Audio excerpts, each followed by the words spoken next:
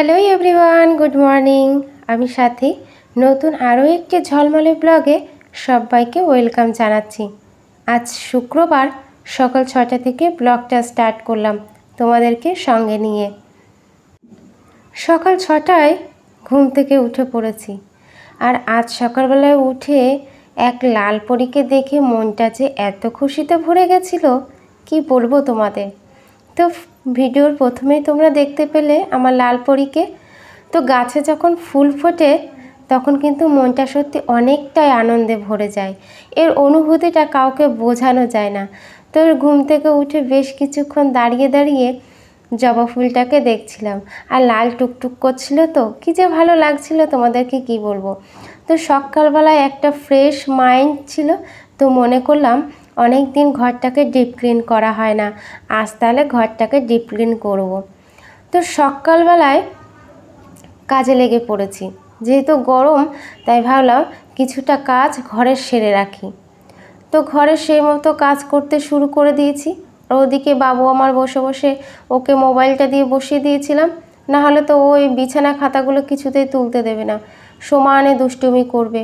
তো দেখো চুপচাপ জানলার পরে বসে আছে। আর যখন থাকবে না কাছে মোবাইল তখন এত বিরক্তি করবে তোমাদের কি বলবো। তো যাই হোক, বিছানাটা যখন পরিষ্কারই করব তখন ভাবলাম যে তোষকটাকে একটু রোদ্দুরে দিই। তোষকটা রোদ্দুরে দিয়ে আমি কিন্তু ওই যে খাটের জাজিমটা আছে না, আমি যখনই ডিপ ক্লিন করি তখন খাটের জাজিমটা এপাশে ওপাশে তুলে ওই ধুলোগুলো একটু ঝেড়ে নিই। খাটের তলায় কিন্তু প্রচুর ময়লা জমে জানো। তো যাই হোক, আমি একটু খাটের তলা বলো খাটের নিচটা বলো একটু পরিষ্কার রাখার চেষ্টা করি। মানে আমার ঠিক খাটের তলায় ময়লা ঠয়লা আমার ঠিক পছন্দ হয় না। তো যাই হোক, তারপরে হচ্ছে ঘরটা ঝাড় দিয়ে নিলাম। এত নোংরা বেরিয়েছে তোমাদের কি বলবো। চলো, শুধু ঘর ডিপ ক্লিন করলে হবে, পেটেও তো কিছু দিতে হবে। তার জন্য চলে এসেছি আবার এদিকে। ভাতটা বসিয়ে দিলাম, ভাত বসিয়ে দিই, ভাত হতে থাকুক, আমি এদিকে আবার কিছুটা কাজ সারি। তার সাথে ঘরের পা মোছাটাও পাল্টে দিলাম, ওটাও নোংরা হয়েছিল। আজ আমার তো ঘরে সেরকম ফার্নিচার নেই, একটা শোকেস, একটা আলমারি আর এই কম্পিউটারটা। তাছাড়া আমাদের ঘরে তেমন কোনো জিনিস এখনও কেনা হয়নি। আসলে বেশি দিন হয়নি আমাদের এই ঘরটা মানে করা আর কি। কোনো রকম করে আগে ঘরটা মানে থাকার জায়গাটা করে নিয়েছি, আস্তে আস্তে করে করব। তো যাই হোক, তোমাদের সাথে কথা বলতে বলতে আমার ভাত কিন্তু ফুটে উঠেছে। আর এই চালটা না বেশি ফুট খায় না, তাড়াতাড়ি হয়ে যাচ্ছে, নতুন চাল মনে হয়। তো তার মধ্যে ওর বাবা আবার বাজার থেকেও চলে এসছে, মেয়েকে স্কুলে দিয়ে তাই বাজার থেকে মানে এসেছে আর কি। তো সেসব কিছু আর খাওয়া দাওয়া সকালে কি করলাম সেসব কিছুই তোমাদের দেখালাম না, সেসব সব অফ ক্যামেরায় হয়ে গেছে। কি বলছো? ও বলো জল, বলো জল। এই নাও, থ্যাংক ইউ। তাড়াতাড়ি খেয়ে নাও। হয়ে গেছে, ঠিক আছে যাও। বাবু এক গ্লাস জল চাইছিল, আর ও জলকে কি বলে জানো তোমরা?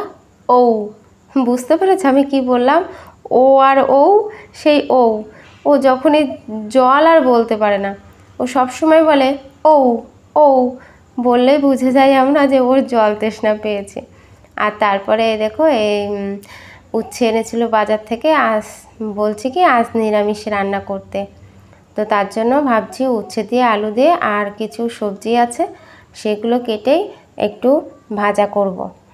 আর এই যে কিউট মানি প্লান্টের বোতলটা কেমন লাগলো তোমরা কিন্তু জানিও। তো বসিয়ে দিয়েছি সবজি কেটে,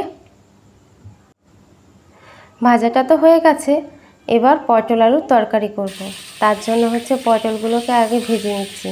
বেশি দিইনি পটল, 10টা মাত্র দিয়েছি, আর অর্ধেকও করিনি। আর বাইরে দেখো ওয়েদারটা কেমন সুন্দর লাগছে। তো ওয়েদারটা কিন্তু রান্নাঘর থেকেই তোমাদেরকে দেখাচ্ছি। আর এদিকে পটলটাকে না মানে কষাতে দিয়ে দিয়েছি, কষানো হয়ে গেছে। অল্প তরকারি, আজকে অল্পই করব তরকারি, নিরামিষ তরকারি না, বেশি করতে ভালো লাগে না, আর ভালোও লাগে না খেতে আমার কাছে। তো আমার কাছে কি মনে হয় যেন একটু মাছ টাছ হলে একটু ফোড়ন দিয়ে রান্না করলেও মনে হয় একটা অন্যরকম স্বাদ লাগে। আমি না আবার নিরামিষ ঠিক খেতে পারি না, আমার ভালো লাগে না। তো যাই হোক, রোদ্দুর থেকে তোষকটা নিয়ে এসে বিছানাটা কিন্তু পাতিয়ে ফেলেছি, কারণ ঘরের বিছানাটা একটা অন্যরকম শোভা।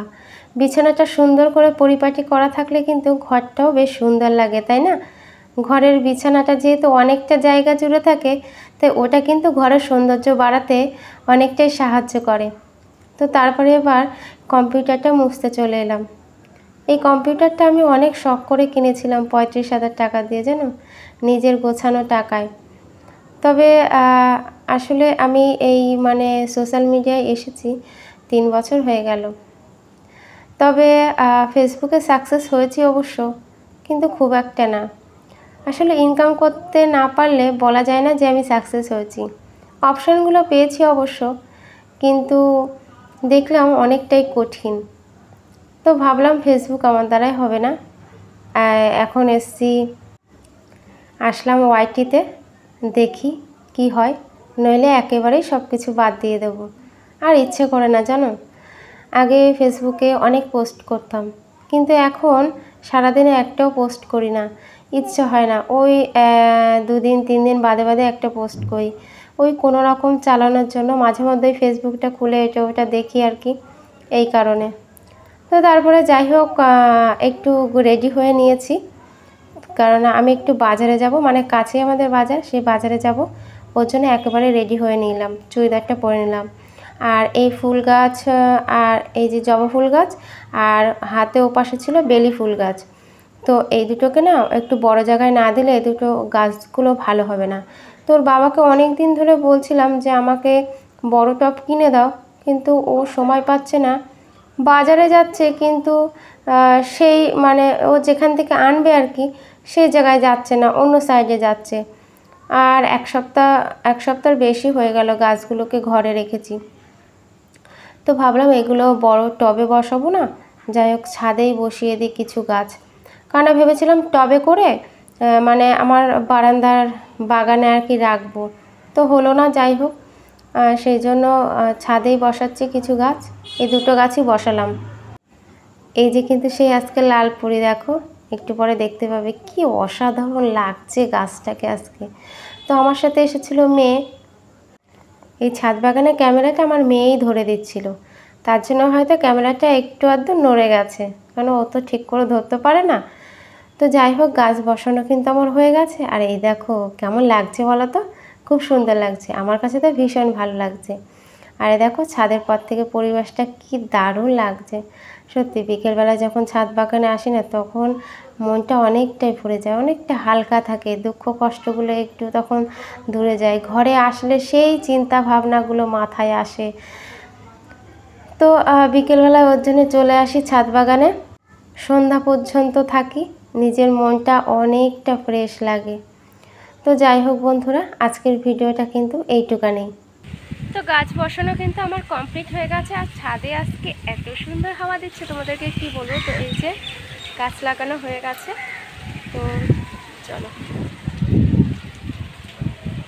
আর দেখো জবা গাছটাকে যে আজকে কি দারুণ লাগছে গাছে, এই যে দেখো ফুল ফুটেছে, ভীষণ সুন্দর লাগছে জবাটাকে। তো চলো, আজকের ভিডিওটা এই পর্যন্ত, দেখা হচ্ছে আবার কিন্তু পরের ভিডিওতে। তো যাওয়ার আগে সবাই কিন্তু সবার ভালোবাসাটা দিয়ে যেও এখানে। আর চলো, সবাই ভালো থেকো, সুস্থ থেকো, টাটা।